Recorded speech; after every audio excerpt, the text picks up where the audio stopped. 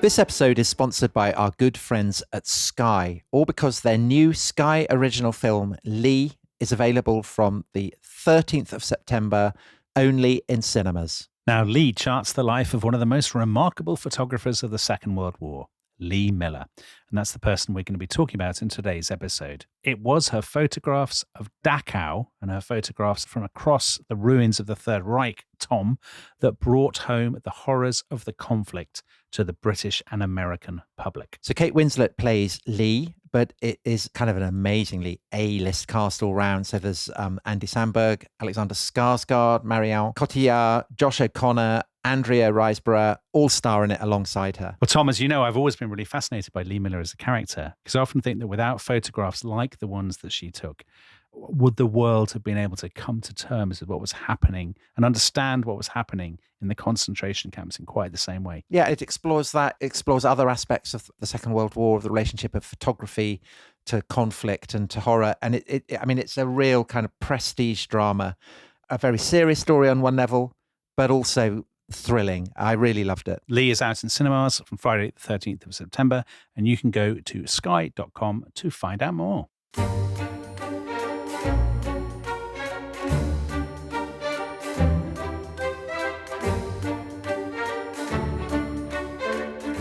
These are pictures of a nation at war.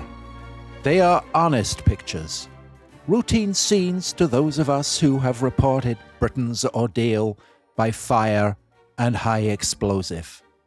These Englishmen have bought survival with their tender-roofed old buildings, with their bodies and their nerves.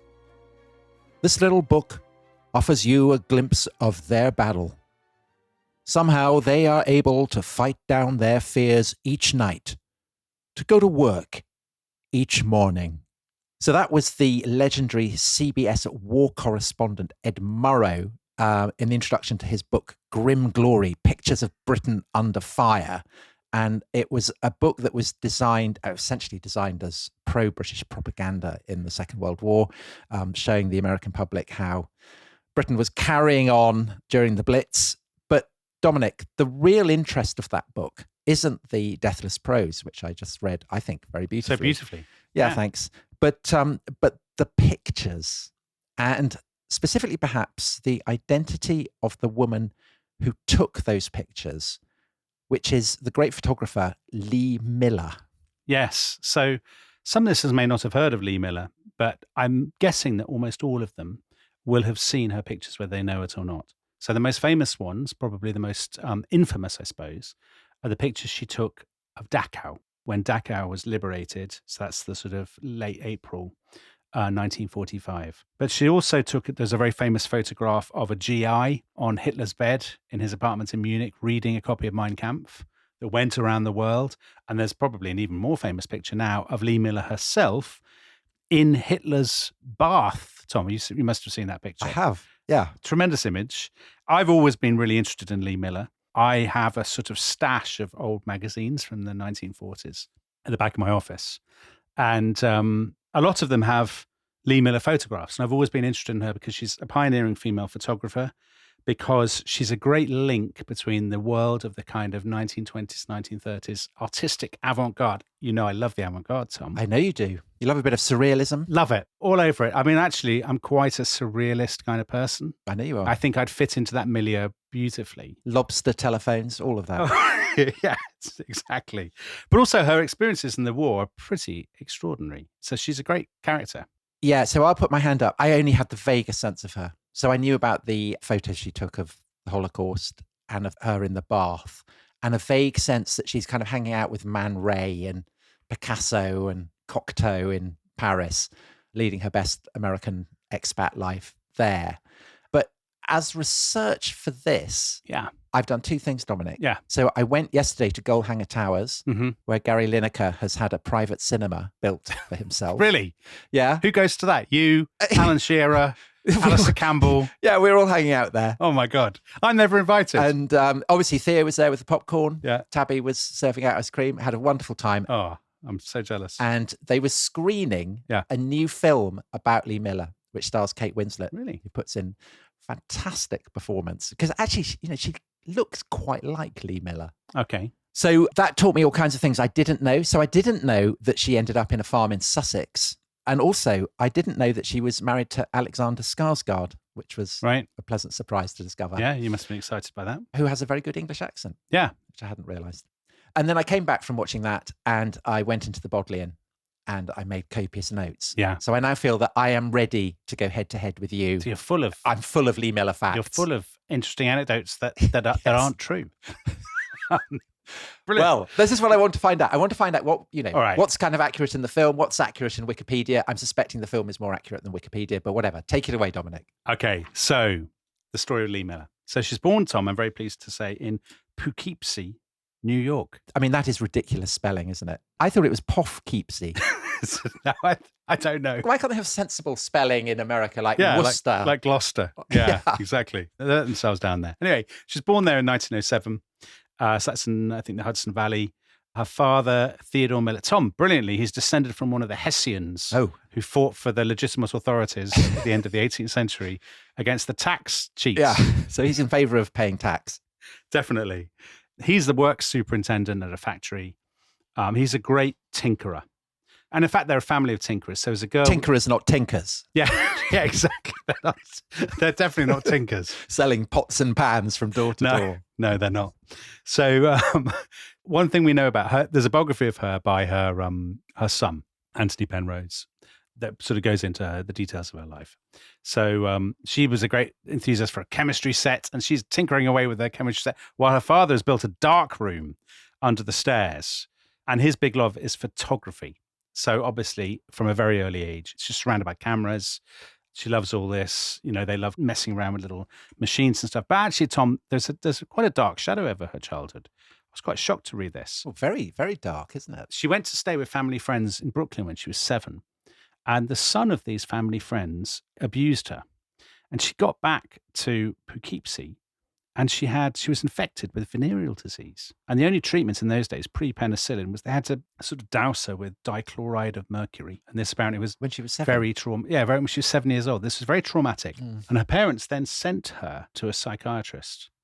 And in the biography by her son, he says that the psychiatrist basically went out of his way to say to her, sex and love are two totally different things. You know, you can completely disassociate them. And I don't think you have to be too much of a kind of amateur psychologist to think that this had an impact on the way she thought about personal relationships, as we will see, because she ends up being somebody who does completely disassociate sex and love. But I suppose, Dominic, also this is the era where Freud's ideas are starting to be popularized. Psychoanalysis is becoming very mainstream. Mm-hmm. And so I suppose she will grow up in that milieu, won't she? And particularly in Paris, where she ends up. Yeah, definitely. All of these ideas are very, very current. Yes, absolutely. She's a very wayward child in some ways. She's not clearly bright, but she's always been kicked out of various private schools in New York. In 1925, so when she's a teenager, one of her teachers, who's actually a Polish woman who teaches French, she's taken a shine to Lee, and she says, I'll take you to Paris for the summer. And she goes to Paris. She absolutely falls in love with it. I mean, this is kind of Paris in its heyday, really. Yeah. You know, between the wars. Painters, Montmartre, all that. All that stuff, exactly. And she actually then decides she's going to stay. And she stays for a year. She studies theatre. I like to think of her doing a lot of mime. Yes. At a theatre that had been co-founded by Erno Goldfinger. Oh, brilliant. The inspiration for Goldfinger, the Fort Knox robbing, sort of rotund supervillain. But he was an architect, wasn't he? He was an architect. Fleming fell out with. Yes, exactly. Because he was always building modernist buildings in Hampstead, I think was the problem. Anyway, this isn't an issue at this stage. She's in Paris. She's learning the theatre. She loves it so much, actually, that her father actually has to come to bring her back. So it's very kind of Dickie Greenleaf in Talented Mr. Ripley. There's a kind of Patricia Highsmith quality slightly to the story. Definitely there is. And then a very Patricia Highsmith-ish kind of moment. She comes back to New York. So what is she now? She's about to turn 20. And she's crossing the road in New York. And basically, she steps into the traffic and is almost run over. Like Churchill. Yeah, like Churchill. Exactly the same. I mean, uncanny. So all these kind of luminaries in the Second World War narrowly dodging being run over in New York. Yeah. Very odd. I know. It is very odd. Anyway, the bloke who pulled her back, Tom, would you believe it, is Condé Nast, the magazine. Oh, he's a person. Yeah. I had no idea. Yeah. Condé Nast is a person. He's a sort of magazine and newspaper, more magazine than newspaper, tycoon. So it's Condé Nast that the world has to thank for Vogue and Vanity Fair. Condé Nast is a very kind of dapper man. He rescues her. And according to her son's biography, she, who has just got back from Paris, babbled in French in a glamorous manner at him. And he said, my dear. Is he French? No, he's American. He went to Georgetown University. So where does Condé come from? It's just showing off, isn't it? Yeah, I guess. He says, my dear, you're a very charming young woman. Would you care to model in my new magazine, Vogue? And she does. By March 1927, so just a year after she's come back from Paris, she's on the front cover of Vogue. Because she has a kind of very roaring 20s vibe, doesn't she? She definitely does. So she's very tall. She's very blonde. She's a very striking, very attractive woman. You can see absolutely why she'd be such a hit. And the most famous ad that she did, actually, which it doesn't sound terribly glamorous, she's supposedly, I mean, I've actually done some digging into this and I can't really work out how true this is, but it is said she is the first model to be photographed to advertise sanitary towels. So there's a firm called Kotex. This ad ran in all the fashionable magazines and was sort of seen as groundbreaking and stuff. And at first, she doesn't control her image. The photos are taken for an agency and then they're kind of sold.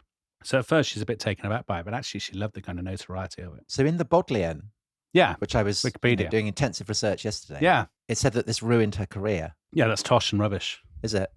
Yeah. Okay, well, that's total tosh. That's a mistake. Because she goes on to do loads of modelling. Poor from the Bodleian. Yeah, they've let themselves down. Oh, my God. Such a venerable library as well, Tom. Yeah. They've let me down, they've let Lee Miller down, but worst of all, they've let themselves down. Yeah, and they've let Kotex down, which is sad. Anyway, the thing is, she's not just interested in what's going on sort of in front of the camera, but she's also interested in what's going behind it. Because her father is massively into his photography now. And at weekends, she would spend the week in New York modelling. Then she'll go back to the Hudson Valley. They will experiment on photography together. Now, the one thing that I think is slightly odd is... Well, let's be honest. I mean, very odd. Yeah, his passion is nudes. Yeah. And he loves nudes of Lee. And she loves it. But again, this is all very kind of Freudian psychology, or, Alice in Wonderland hint. Maybe more open-minded listeners than me may say, what are they complaining about? They're so repressed. This is completely reasonable behavior. I wouldn't have modelled for my father when I was in my 20s. Tom, would you? I don't want to go down this avenue, no. No. Well, anyway, I don't think you would, frankly. I don't want to presume, but I don't think you would. Anyway, she does that for a while, but basically she can't wait to get back to Paris. So 1929, she goes to Paris. She's now very well connected, obviously, in kind of the modelling world, the fashion world, that kind of nexus. But also, Dominic, just to ask, so all of that, yeah. But also all this stuff about her dad taking photographs and things. And she's been having psychotherapy, presumably, since a young age. I mean, this makes her absolutely ideal for all the surrealists who are in Paris. I mean, yeah, totally. They're massively into all that, aren't they? Yeah, they are, of course. This sort of introspection, but also the obsession, obviously. Buñuel and Dali and all of that. Yeah, the obsession, the sort of post-Freudian obsession with sex and all of that stuff. Absolutely. And as it happens, when she goes back to Paris, a friend gives her an introduction to a very well-known person, one of the best-known photographers in the world at this point, one of the best-known of all the surrealists, who is this guy, Man Ray. And Man Ray is actually from Philadelphia. He's American. He's Emmanuel Ratnitsky. I think he's family of Russian, immigrants. And he was famous for his kind of Dadaist and then surrealist kind of collages and images and so on. Mm. Lee Miller said later that he kind of looked like a bull. He's this kind of very bear-like man, big eyebrows. And she just turns up to see him and says, I want to study with you. And he says, well, I don't have any students. Anyway, I'm going on holiday. I'm leaving Paris. And she said, brilliant, I'll come with you. And she did. And they ended up living together for 3 years. And they were a great partnership. He teaches her about surrealism. He teaches her photography and stuff. They have this kind of open relationship. Well, I read in your notes that she was known as Madame Man Ray. Yes. Whereas surely it would have been easier for her to be known simply as Woman Ray. I knew this joke was coming. And this tremendous joke. It's a joke I've been waiting to make all the show. What's so shameful about this joke is that Theo crafted a joke for you overnight and you stamped on it very coldly. Well, I wasn't having my jokes upstage. So that you could use your own, frankly, brilliant joke. Weak joke. Oh, I think the listeners will be rolling in the aisles at that one. Okay. So she's still doing a lot of modelling. She's modelling for the Parisian edition of Vogue. Cecil Beaton, British photographer who actually... Cecil Beaton, my erstwhile neighbour. Yeah, of course. Yeah. We used to kick footballs over his wall and go and roam in his garden. Yeah. It's nice to think that I have a link to 1920s Paris. So Cecil Beaton said of Lee Miller, he didn't even like Lee Miller, but he said she looked like a sun-kissed goat boy from the Appian Way. Do you think he said that of you? You may well have done, actually, thinking back. He's a very entertaining figure in the film. Just mentioning that. Okay. I felt upset on Cecil Beaton's behalf. Really? A bit. Right. I've always had a soft spot for him. He was always very nice to us. You know, he didn't mind us running around like whatever it was. Like goat boys on the Appian Way. Goat boys on the Appian Way. He was very into that. Okay. So she's massively into her surrealism, loves all that. She gets her own apartment. She gets her own studio by 1930, just down the road from Man Ray's studio. And she starts to carve out a little bit of a niche for herself as somebody who's not just modeling, but also taking photos. So not just a muse, in other words. Not just a muse, exactly. History's full of muses of this kind, but she is more ambitious than that. And especially in Paris at that time. Yeah, of course. I mean, it's what Picasso's all about. She's more ambitious because she is taking kind of society portraits. So she's doing loads of kind of bohemian people. She gets in with the French aristocracy. So this is the thing about the nexus between the fashion industry in the sort of early 20th century fashion industry and the world of high society kind of aristocratic types. She has all these kind of aristocratic friends, doesn't she? Can I tell you about one of them? Do. Who I read about in the Bodleian yesterday. Yeah. As an interesting link to the French Revolution. Ah, love a link to the French Revolution. And also she's in the film. She's played by Marianne Cotillard. And this is Solange Marie-Christine Louise de la Briffe, the Duchess of Ayen, who is married, Dominic, to the son of the 8th Duke of Noailles. Noailles. So remind me, the Duchess of Noailles was the person who greeted Marie Antoinette when she arrived in... Yeah. And a stickler for etiquette. And Lafayette married into the family. Right. And her son is the guy who kicks off the abrogation of feudal privileges. Yeah, that's right. In the National Assembly. Should have done it 2 years earlier. So she's a fashion editor of French Vogue. She lives in a chateau. She's the kind of the beating heart of Le Tout Paris. And... you know, that's great. I mean, it's kind of Proustian, I guess. Yeah, it is Proustian. Proust, Picasso, Cocteau, Coco Chanel. She's friends. I mean, it's amazing. It's like that Woody Allen film set in Paris where they kind of rush around meeting Hemingway and everybody. Right. Basically, every famous person in Paris. Yeah. She is meeting. And do you know what? Her father comes over in December 1930, and he's a man from. Does he take photographs of her? Keeps. With his, my darling. Do you want to take your clothes off, Lee? Do you want to, for old time's sake, and we'll take a quick photo? He comes over from Poughkeepsie, New York, and he's a work superintendent, remember? And you would think, now, if this was a film, you know, if this bit was a film, you would say he'll be very shocked at this point. You know, he'll be very disappointed. No, he loves it. And you know who he particularly likes? Man Ray. He loves Man Ray. Can't get enough of him. Well, they're both photographers, aren't they? Man Ray says, oh, I've invented a brilliant new tripod. And Theodore Miller is absolutely, it's not a euphemism. And Theodore Miller is absolutely delighted by this. Can't get enough of it. So that's all great. But there is a cloud. There are numerous clouds, actually, but this is one. It's an Egyptian cloud. So she ends up having a relationship in Paris with this guy called Aziz Eloui Bey, who's married a Circassian woman. Who are famously beautiful, aren't they? The Circassians. They're very beautiful. They was providing the slave girls in the harems. Yeah, exactly. Madness to divorce as a Circassian, which is what this bloke does. He divorces his wife because he's so infatuated with Lee, but also by this point, Man Ray. He's all in. He's very possessive. And is Mr. Aziz, I mean, is he very rich? I think he is rich, yeah. Is he very charming? Is he very suave? What is he? He's Omar Sharif. Dodi Al-Fayed. Well, yes, that's a slightly less... I think Omar Sharif is a more enticing proposition than Dodi Fayed, isn't he? Yeah. I mean, not dissing Dodi Fayed, but Dodi Fayed put up the finance for The Killing Fields, Chariots of Fire. Yeah, Chariots of Fire. And the producer said he was the laziest man he'd ever met in his life. He's always on yachts, isn't he? Yeah. Kind of hanging out in restaurants in Paris. Yeah. So anyway, she flees away from this tug of love.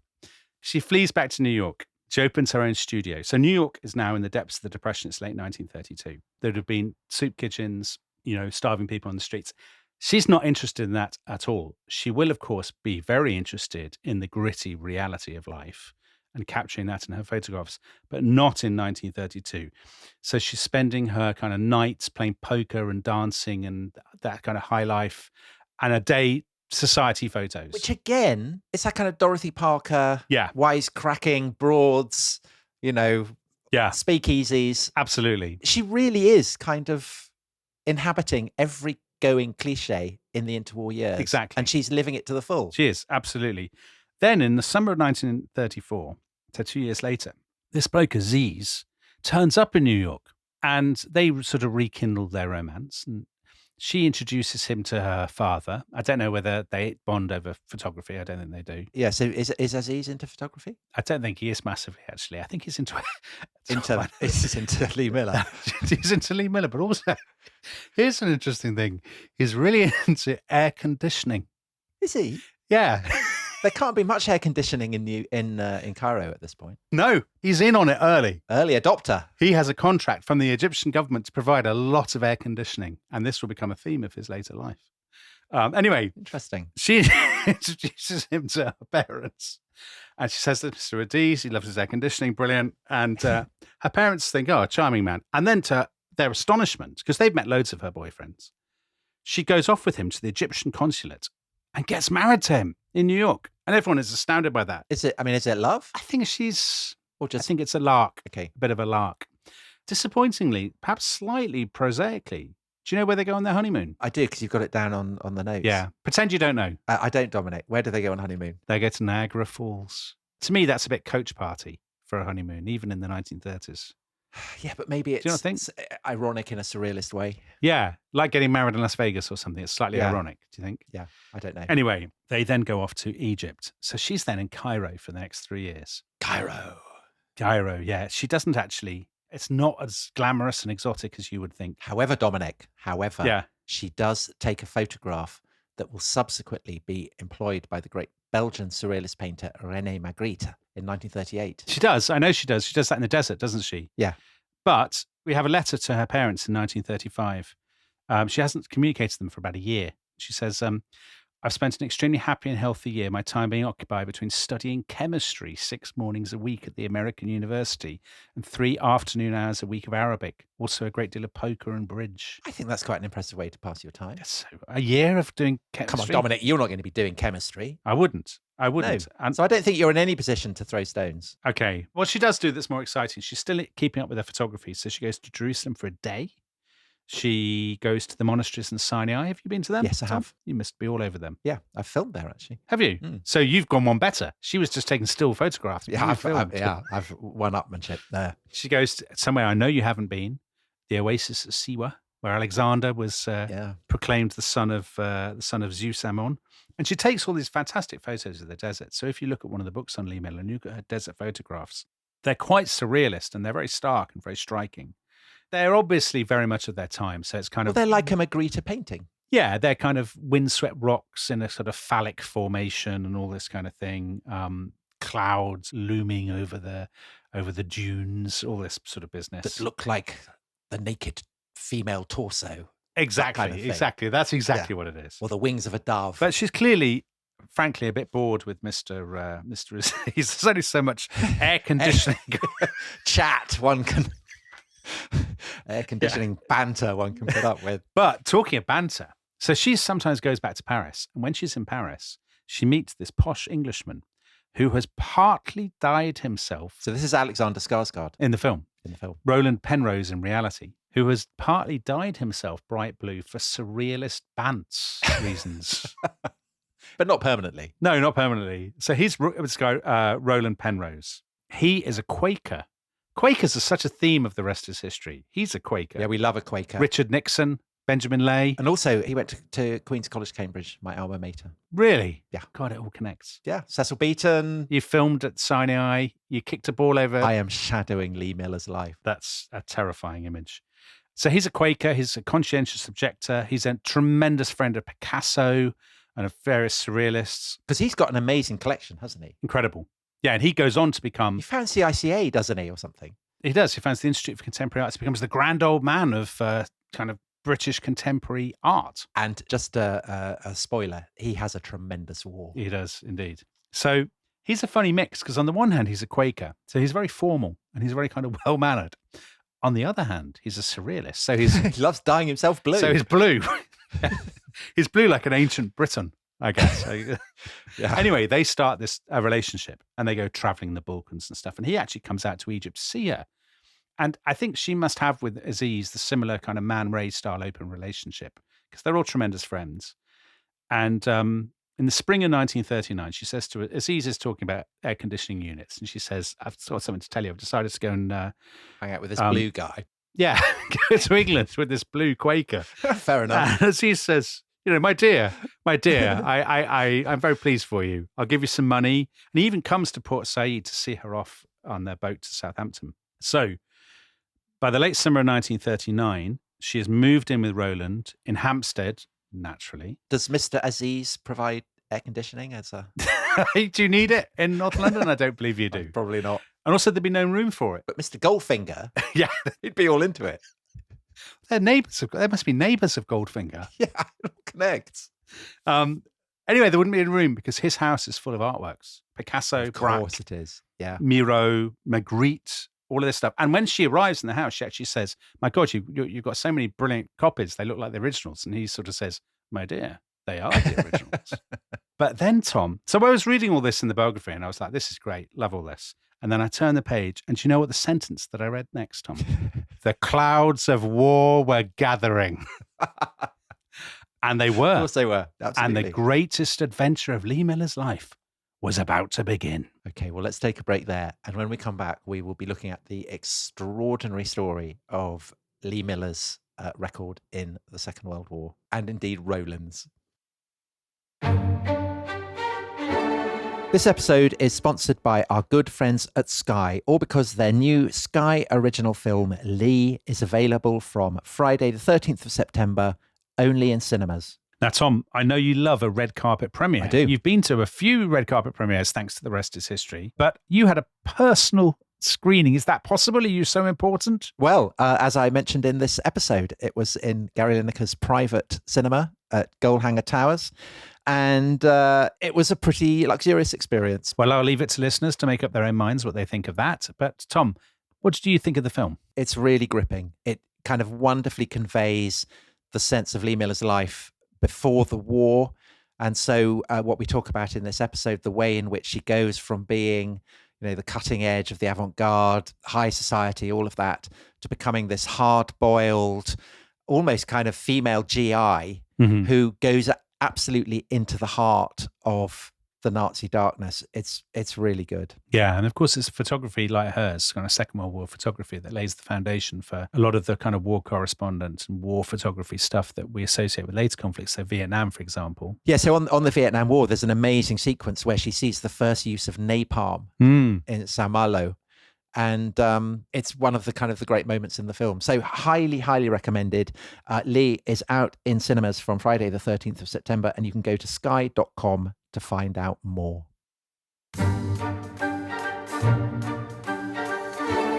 building we were in and all the others which faced the fort were being spat at now. Ping, bang, hitting above our window, into the next, breaking on the balcony below. Fast, queer noise. Impact before the gun noise itself. Following the same sound pattern, hundreds of rounds, crossing and recrossing where we were. Machine gun fire belched from the end pillbox. The men fell flat, stumbling and crawling into the shelter of shell holes.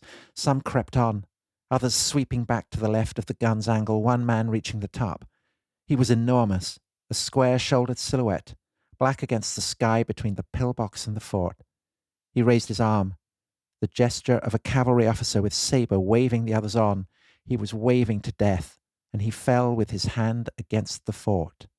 So that was Lee Miller writing in Vogue in October 1944, and she's describing the battle for Saint-Malo, which she is in the middle of it. And in the Kate Winslet film, just opening, this is what the film opens with, very dramatic kind of Band of Brothers style action sequence. And Dominic, it's a huge contrast, isn't it, with all the photography and the air conditioning and the psychoanalysis and blueness. Picasso and blue Quakers and stuff of the first half. So what's going on? How does she get from all that to being shot at in newly liberated France in 1944. Well, it's a remarkable story. And I suppose you could say, in a way, that's the story of Western society in the 1930s and 1940s in microcosm in one person's life. So the very abrupt transition from, as you say, that world of parties and photography and surrealist larks to the sort of deadly serious battle for Saint-Malo in 1944. It's quite striking prose, I think. I mean, she's not really renowned as a writer, but she's influenced by, I guess, well, she goes on, doesn't she, to do a kind of photo sequence after the war about Joyce's Dublin. And there's a kind of the influence of modernist prose there. Yeah, Hemingway or something. Which is exactly what you'd expect, or Hemingway, yeah. Exactly. And I think the striking thing, it's in Vogue.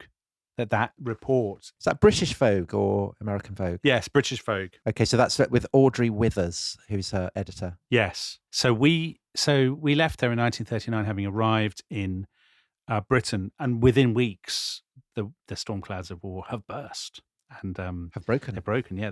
So Britain's at war, and she immediately volunteers her services to British Vogue. And actually, what they use her to do is, I mean, this is a sign of the kind of phony war that. First, 1939, 1940, they're literally using her to take photographs of handbags. There'll be a sort of feature on nice new belts of the season.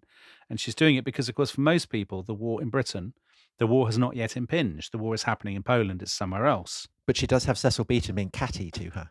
Yes, that's right. He is consistently very catty. Pretty grueling. But it's as late as sort of the summer, autumn of 1940. So after Dunkirk, after the Battle of Britain, during the Blitz, you can open Vogue, and there is no mention of the war at all, very little mention of the war. So Vogue was actually bombed in October 1940, and production of the magazine didn't stop. Presumably because the assumption is that people want it as a reminder of the world of peace, the world of comfort, where you're not being rationed, where there aren't restrictions on the clothing you can buy. That's right. Certainly at first, I think. And I think that speaks to a wider issue, which is that in Britain in particular, in 1939 and the first part of 1940, the war is really happening at one remove, and people don't want it to feel real. They don't want Britain to be like Poland or wherever, Norway. They want to preserve, as you say, a bit of life, but actually, a bit of normal life. But Vogue has gone to subscription only because of print and paper rationing. So actually, all this stuff that she's doing, it's good stuff, Tom, but it's not reaching the newsstands. It's exclusively for Vogue subscribers. So very much like the Rest is History Club. Very much like the bonus episodes that we do for the Rest is History Club, exactly. Yeah. Which are actually the best, aren't they? That was the analogy that struck me. Yeah. That was completely the analogy that's going to mind organically. Anyway, she's very keen. That she has this curiosity and this ambition. So she is keen to get out and actually chronicle the war. So that Ed Murray thing that we opened with. Yeah. Did she feel that she is doing her bit for Britain's war effort? I think so. I think absolutely. Because some of her images, they're perfect for the sort of propaganda efforts, particularly for rousing people in America. So if you look at the Grim Glory book that you began with, the most famous photograph in there is called Revenge on Culture. And it's an image, again, that I think a lot of people may have seen, even if they don't immediately realize it was by Lee Miller. It's a statue that has fallen, and a kind of iron bar has fallen across the statue, as though it's cutting its throat, and the breast of the statue has been kind of bruised and battered by a falling brick. So it's just kind of lying amid the rubble. And this photograph, with the title "Revenge on Culture," it's kind of it's an image, a symbol of the Nazi onslaught against Western civilization, and this went kind of viral, as it were, worldwide. Yeah. So it was even reproduced on the front pages of sort of Egyptian newspapers and things, and it was seen as a symbol of Nazi barbarism. Then there's a story that she did that ran as a big spread in American Vogue. It was about women, ATS women, auxiliary territorial service women, manning a searchlight in North London. Yeah. So not far from where she lived. And again, it's like ordinary women doing their bit for the war. And then she did things like she took photographs of Henry Moore, the war artist, in London Underground stations. So stuff like this. And she is experimenting also, I mean, for people who are interested in photography, The war sees tremendous advances in photography. So there are new cameras, there's a 35mm Leica camera, which has a much faster lens and faster film speed, so that you can take images, you can improvise spontaneous pictures in a way that you couldn't have done 10 or 20 years earlier. So she's very good at that, at sort of taking pictures on the fly. And she's also kind of keen to write her own copy. She doesn't want to see her pictures butchered by other people's copy. That extract that I read, I think it's pretty good. Yeah, I think it is good. She actually hates writing. She's quite good at it, but photography comes naturally because she's always done it with her father. And because you said this, she's always on the move, obeys her instincts. And I imagine, the faster the speed at which she can take photographs, the better it suits her temperament, perhaps. Totally. Would that be fair? I think that's absolutely right. I think that's exactly it. That when she's actually rushing around, taking photographs spontaneously, she loves it and she's brilliant at it. When she gets back to the hotel and she has to type, she massively overwrites. I know I'm not one to criticize her for doing that, but she will send Vogue, 10,000 words of copy to accompany a couple of images. And they're like, this is kind of too much. We were hoping for about 500. Anyway, what she really wants to do is to be a proper war correspondent. She's fallen in love with that. That has given her, I think, a sense of mission and a sense of a purpose that she's actually lacked all her life. And I think one of the tragic things about Lee Miller's life is that she's very restless, the first part of it. That's why she's hanging around with the air conditioning magnates in Egypt and whatnot. And then she has this brief moment during the war where she knows who she is and what she wants to do. And then, as we'll see after the war, she's kind of restless and unfulfilled again. And there are so many people like that, aren't there? There are, absolutely. Who live at their most vivid during the war. Absolutely. And then it's a terrible come down afterwards. It's a terrible letdown, yeah. Once the US joins the war, she gets accreditation to the US forces in Britain. But she's still quite frustrated because she's still stuck in Britain. And she wants to be kind of on the move and doing exciting things. And then D-Day happens in June 1944, and that really is her break. The liberation of Europe is the moment where her career really comes alive. And for her, going back to France, where she'd been so happy, it must be very, very intense in the way it is, say, for Hemingway. Yeah. If it was somewhere else, it wouldn't have the kind of resonance. Because she speaks the language, she's got lots of friends there. Yeah. And as we'll see, lots of her friends have had terrible experiences. Yeah. Her French friends. Yeah. So it's really personal for her. But before she goes to France, so she goes over first in July, and she's sent on an assignment to cover US Army field hospitals in Normandy. Because, of course, the battle in Normandy is incredibly bloody, even after D-Day. And she's there for 5 days. And she takes 35 rolls of film and she writes 10,000 words. And she gives this to Vogue. And they are stunned. They weren't expecting anything like this. And they run it in 2 double-page spreads in the next issue, in the September issue. And from that point onwards, it's like she's found her meaning.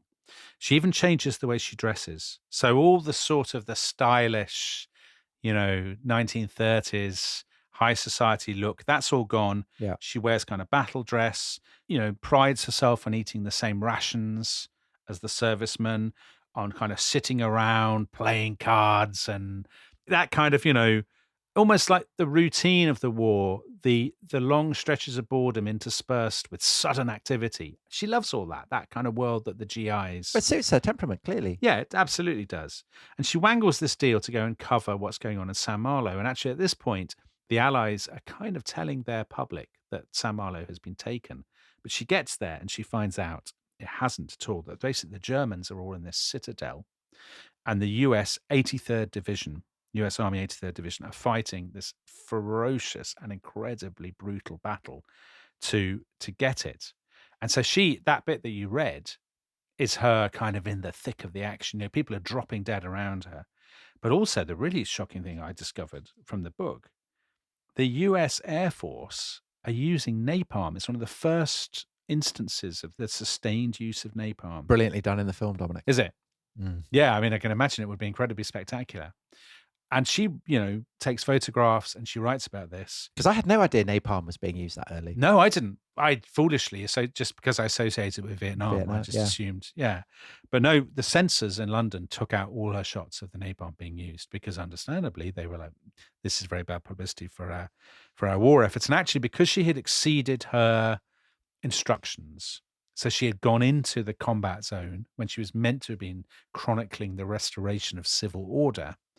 She actually gets in trouble and she gets temporarily put under house arrest in Rennes. Don't the British Secret Service worry that she might be communist as well, or working for the Soviets? Is that true or not? I'm not sure that is true, actually. I haven't seen, certainly in the biography by her son, there's no evidence of that. I think what's happened is I've read newspaper reports about her name being in files, being in a list. Okay. But I think it's not like Charlie Chaplin being refused re-entry to the United States or whatever it was. Right. Obviously, she has associated, perhaps in a less overt way than, your Oppenheimers or something. She's associated with some pretty left-wing people. But I mean, that's what happens when you hang around with blue-painted Quakers in the salons of surrealist Paris, Tom. It's a kind of occupational hazard. Yeah. But I don't think it massively holds her back or anything. Because she's let out again anyway, she gets to Paris for the liberation. And all her kind of surrealist pals are kind of surfacing from their studios where they've been hiding away for the last few years. And they're really astounded when they see this woman. Yeah, this hard-boiled woman of action. Is this the same Lee Miller who was kind of, looking so stylish and getting up to all kinds of amusing... But equally, Lee Miller, when she meets some of her friends, finds them utterly changed as well. So we mentioned Solange, the aristocrat. The aristocratic epicenter of Parisian life. Yeah. And she had been arrested by the Gestapo in 1942 because her husband, the son of the 8th Duke of Nye, had been in the resistance and there'd been an anonymous denunciation. Yeah. And so he got sent off to Belsen, where he died just a few days before its liberation. And she was in prison a good long time. And Lee Miller found her. She said, she'd been terribly changed. Although she goes back and then works in Vogue after the war and becomes a luminary of the Trente Glorieuses and all that. So, well, again, it's a good example of these people whose lives maybe seem so pampered and so luxurious.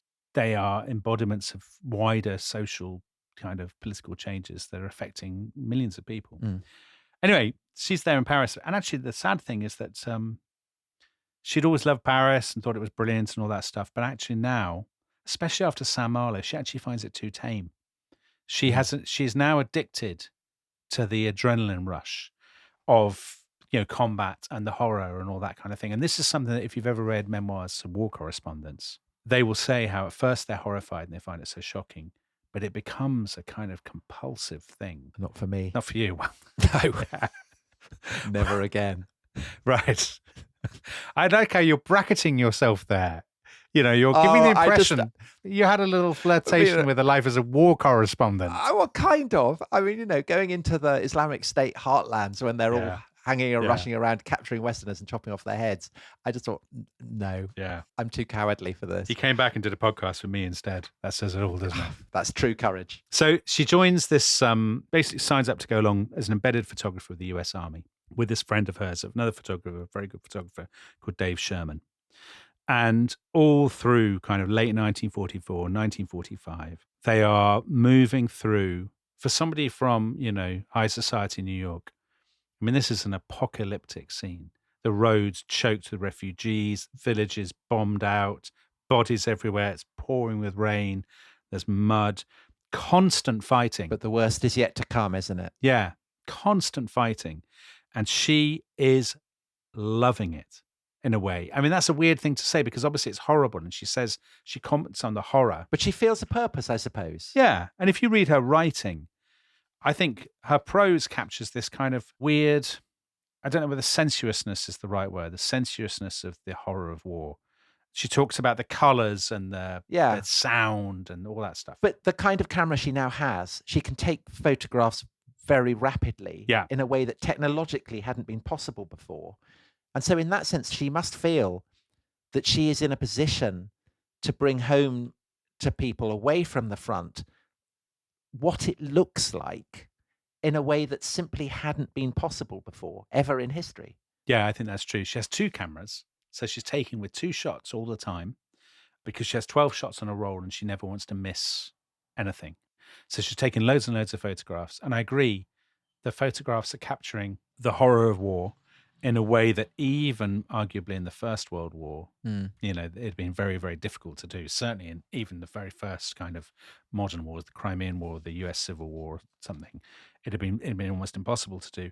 And even the way she writes, there's a visual quality to it. Mm. I'll never see acid yellow and grey again, like where shells burst near snow, without seeing also the pale, quivering faces of the replacements, grey and yellow with apprehension, their fumbling hands and furtive, short-sighted glances at the fields they must cross. And the way she writes about the kind of the pitted, cratered battlefields and stuff, it is, the training in photography and surrealist art has kind of prepared her for all that in a weird way. And so, Dominic, we come now to probably, the greatest horror that she will see, and the photographs for which perhaps she's most famous. Yeah. Which is the photos that she takes in Dachau. Yeah. And there is a sense with that, isn't there, that the horror is almost too great for prose to cope with. Yeah. Therefore, the role of photography becomes, seismically important. I think it's massively important because, of course, documenting the reality of what the Germans had done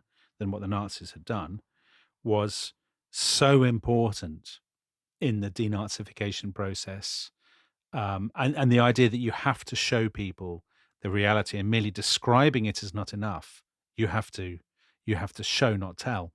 So and you need proof, don't you? you need proof, exactly. Because people won't believe what they're being told otherwise. Exactly. And remember, Dachau is not a Holocaust extermination camp. Dachau is a concentration camp, one of the first set up after the beginning of the Third Reich. It's outside Munich, so it's in the kind of Nazi heartland. It was liberated on the 29th of April, 1945.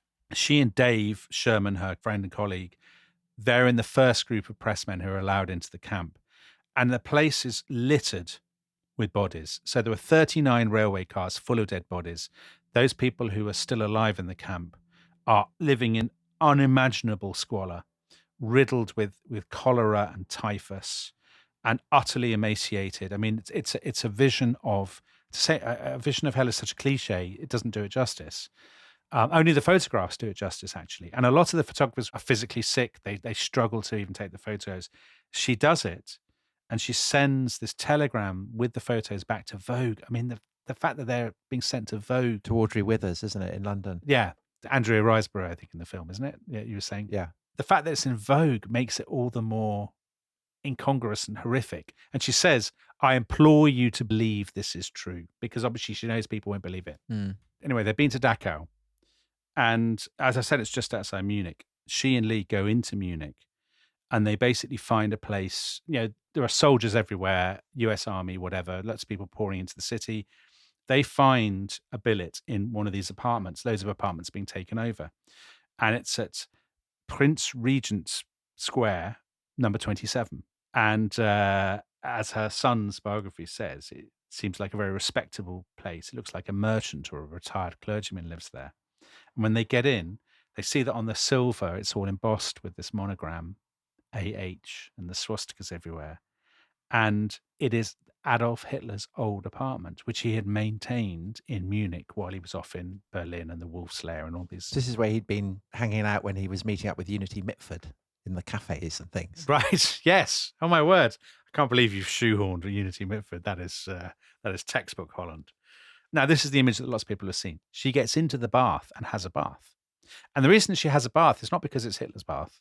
It's because she's covered with mud. The mud of Dachau. The mud of Dachau, yeah, you're right. And Dave takes a photograph of her with her boots in front of the bath, and she's looking out of the bath.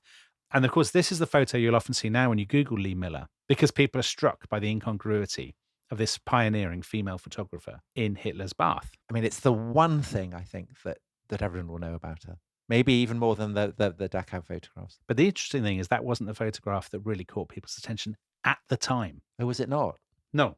So at the time, that photograph is not a great sensation and people don't all know about it. Oh. At the time, the photograph that goes viral, as it were, is a shot they set up, which is they get a GI and they get him to lie on Hitler's old bed reading Mein Kampf and with the telephone in one hand. And Dave took it, and it was in Life magazine, and it was a huge, huge sensation. When did the Hitler bath one become as famous as it has become? I think it didn't become famous until Lee Miller became famous. Right. And Lee Miller didn't become famous until her son published this biography in the 1980s. Okay. Because as we will see, actually, if we'd done this podcast in the 1970s or 60s, nobody would have really heard of it. She was forgotten, which is an interesting story in and of itself. So they go to Ava Brown's apartment, and Lee has a nap on Ava Brown's bed. They then go out to the Berghof, the Eagle's Nest, Hitler's kind of mountain retreat, and it's being destroyed. It's razed to the ground by the US Army. And there's a fair amount of looting. Understandably, people are taking souvenirs. So Dave takes the complete works of Shakespeare in translation with Hitler's bookplate. So Hitler's copy of the complete. Well, he's Jewish, isn't he? So, yeah. It's all the more personal for him. And Lee took Hitler's drinks tray, which she kept and presumably the family still have. Hitler's silver. Well, if you see the film, it features. Well, that's great. So the war ends just a few days after that. And her son, in his biography, says this was the great anticlimax of Lee's life. Because after that point, she has lost that wonderful, precious, but also horrifying sense of purpose that she had for that brief period of time. She still is doing stuff for Vogue and whatnot. This is a good example of what an anticlimax it was. The next assignment they gave her, they said, go to Denmark and, take photographs showing how everything's going back to normal in Denmark now the war is over. And of course, intrinsically, It's not the same, is it? It's such a boring story. Yeah. Danish people are buying shoes again or whatever. I mean, it's not exciting. And meanwhile, Dominic, what about Roland? Because we mentioned that he actually has a very interesting war because he's a conscientious objector. So obviously he's not in the army. But he, using his mastery of the visual arts, he becomes senior lecturer at the Camouflage Development and Training Centre at Farnham Castle in Surrey. Yeah. And he has this colour photograph of Lee Miller kind of painted in camouflage and kind of uses this as illustration of what you can do to disguise things. Because she's naked in the photograph. Yeah. And she's covered with this camouflage net. And he shows it to his students and he says, if I can hide my friend Lee's charms with camouflage, then you can hide anything. Of course, so they're not married at this point. No, they're not married. They're just good friends. She's married to Mr. Aziz still. Of course, with his air conditioning. Yeah, yeah. I mean, God knows what's been going on with him. So before she goes back to Hampstead, to North London, you can see she's trying to rekindle the spirit of adventure. If you think of that sort of third man, Vienna. Yeah. Bombed out, battered, ravaged. Yeah, and also, I suppose the Iron Curtain starting to come down over exactly. Europe, all that. So she goes to Vienna, she goes to Budapest, and she actually photographs the execution of the kind of fascist collaborationist prime minister. She goes on into Romania. There, Tom, she is massaged by a dancing bear. Really? How did that happen? She has a very bad back because she's been sleeping on the ground, traveling with the soldiers. And she meets somebody in Romania and they say, well, you got a bad back. There's only one cure for a bad back, and that's to be massaged by a dancing bear. And she actually finds that the Romanian government had tried to outlaw dancing bears because they said it was a symbol of backwardness. What, so retrain them as massage therapists? No, the massage was always part of the dancing bear repertoire. Oh, I see. Anyway, she finds this village and there's this bloke who's like, a Romany guy, and he's got a dancing bear. And she gets the bear to massage her. And she wrote afterwards, the bear knew her business. She walked up and down my back on all fours as gently as if on eggs. And there's music playing. So the bloke's obviously playing some like violin or something. Mm. As the music started, she raised up on her hind legs and shuffled up and down my back. It was crushing and exhilarating. She said it was brilliant. It fixed her back. So if you've ever got a bad back, Tom. Right. Remember this. Get hold of a bear. Yeah. Have you ever seen a dancing bear? No, I've never seen a dancing bear. I hobnobbed with the dancing bear at the Koprivshtitsa Folk Festival in Bulgaria. Did you? When I was backpacking. Yeah. Well, I mean, this is quite a theme that we could perhaps do an episode on, is dancing bears in the Second World War. Because, of course, there's a very famous Polish bear who gets rescued. Oh, it's a Wojtek. Wojtek, who ended up having swims in the River Tweed, directly below my Scottish estate. Wow. So he's very big in our neighbourhood. So given that we've done monkeys and dogs. Yeah, we should do bears. Bears would be a great subject. Anyway, Dominic, we're going off piste. Yeah. Basically, she's rushing around. She's trying to get her adrenaline kick. Yeah. Try and relive old glories, but she doesn't. The war is over. So how does she end up married to Roland Penrose? Because she does, doesn't she? Yes. They end up married and they live and die as a couple. She effectively has a breakdown in Bucharest. She gets all the way to Bucharest and she has a breakdown. She can't keep writing. She's run out of money. She's actually run out of options. She's gone almost, as it were, to the end of the line in an attempt to try and recapture this spirit of excitement. And Dave, her old pal, says, you've been ignoring Roland's letters. I think you should just go back to him now. And that's actually the one thing that she doesn't want to do, is to settle down. She's never settled down all her life. I mean, the whole point of her is that she's this kind of free spirit, but she has no other option. So she goes back to Hampstead. Roland, who I have to say comes out of this incredibly well. She's been ignoring all his letters and stuff, but she says, I'm back now. And he says, great. Well, welcome home. They have a son, Antony. They get married. Roland, it's all brilliant for him. He's been a tremendous hit with his camouflage in the war. Yeah. He founds the Institute for Contemporary Art. He does loads of stuff for the British Council. He becomes a big star of the arts world. He ends up getting knighted.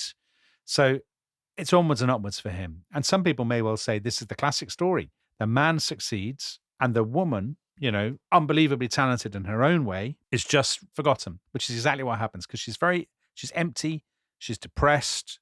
It's such a classic war correspondent story. And they end up in a farm in Sussex. That's right. Full of Picasso and Hitler's drinks tray. But Picasso is kind of coming over, isn't he? Yeah. All her old surrealist and artist friends from Paris are always coming over to this farmhouse in Sussex. And she's kind of rustling them up. Weird kind of deep fried marshmallows or something like that. Yeah. So here's the interesting thing. She was a terrific photographer. And in the 1940s, her photographs had been sensations across the world and had been some of the defining images of the Second World War. But by the 1950s or 1960s, that is completely forgotten. And not least because she herself almost willfully tries to put it all behind her and to say it happened to somebody else who's long gone and all this kind of thing. So yes, she's doing all this cooking and she's, basically almost like a kind of a housewife. That's what she is. But she's drinking very heavily. Yeah, drinking very heavily. Piling on the pounds. Yeah, her son paints a very unsparing and... you've got it here. I mean... Her face no longer had its fineness. Wrinkles and folds were proliferating and her eyes were becoming puffy. Her hair was getting thinner and lifeless. The fat was piling on, making her body look coarse and bulky. To make matters worse, the woman who had once been described as a snappy dresser was fast becoming a slob. I mean, that's no way to write about your mother, is it? Tom, if your own heirs write that about you one day, I'd be very upset. You'd be very upset. Right. I think it's actually a very sad story. And the saddest element of it for me is that she puts all her cameras in the cupboard, never takes them out again. She refuses to take photographs again. I mean, she won't even take family photographs. So people will say to her, come on, you love photography. Photography is your thing. You're actually one of the world's great photographers. But you can see that. I am reminded of Sir Geoffrey Boycott, the great England opening batsman, who, when he retired from cricket, put away his bat and has never picked it up since. Right. Well, that's the parallel that will immediately have occurred to... if you've played against the greatest bowlers, you don't want to be arsing around on the village green. Yeah. And it may be the same kind of idea. But the interesting thing is that Geoffrey Boycott, Tom, was never... one to downplay his own achievements. No, that's true. That's true. But Lee Miller, people go to her and they say, I understand you were a great photographer in the Second World War. I would really love to see your negatives. I'd like to see the old pictures. And she says, they're all gone. They're all destroyed, which is not true. They're hidden away. And actually, she dies of cancer in 1977, which is 70 years old. And at that point, she is pretty much completely forgotten. I mean, her death is not a news story at all. And then her son basically decides to rescue her from obscurity, and he finds 60,000 negatives in a box in the attic. And he's like, what? Oh, my God. And then he writes this biography in 1985 in which he says, what a tremendous person she was, an interesting life. Yeah. His book really rescues her and creates the Lee Miller. There is a small kind of Lee Miller industry now, and understandably so, because she's a terrific photographer. And it's a great story because she's a woman. I think that's a really important part of the story, that she is a pioneering woman in a conflict that is seen almost entirely as a men's war, isn't it? Yeah. Quite wrongly. But also the sense that her photographs, give you as vivid a sense as you can have in visual form of the horrors of the concentration camps and the heart of the Nazi darkness. Yeah. When did the photographs you took of that start to be associated with her name. Golly, I would say not until the 80s. Right, so the same. Yeah, I think it's the same thing. I think you can't overestimate how much her name had disappeared. And she had colluded in that. She wanted to lock all that part of her away. There's a kind of self-loathing there, I think, which is actually part of the tragedy, really. And she's the kind of the female Ernest Hemingway. That Yeah, that's a good idea comparison. of the American who has been part of Parisian life before the war, who then rolls into liberated Paris. Yeah. And is making it into art. I mean, she's doing that in the way that Ernest Hemingway, because he's Ernest Hemingway, is famous for doing. Yeah. So it's all, as you said, it's kind of wonderful that her attempt to sabotage her own reputation has been redeemed. So what, she's got the film now, Lee. It is called Lee, yes. So that's the story of Lee Miller, Tom. And we love a female protagonist on The Rest is History, don't we? We absolutely do. Nothing more. Especially one with songs. With songs, yeah. So we like photography, we like song. We're all about the arts. And the good news for everybody is if you've enjoyed this, on Monday, we will be back with a story of possibly the only person in world history more glamorous than Lee Miller, but arguably the most famous female protagonist of the whole 20th century, a woman whose life became synonymous with her country's political history. And that is the story of Eva Perón, Evita. And I have to say, it will feature, I don't know what the word is. I'm groping for the word. It will feature sweet music, performances, sweet music by our very own Tom Holland. So on that bombshell, that was the story of Lee Miller. Next week, Evita. Thank you all for listening and goodbye. Bye-bye.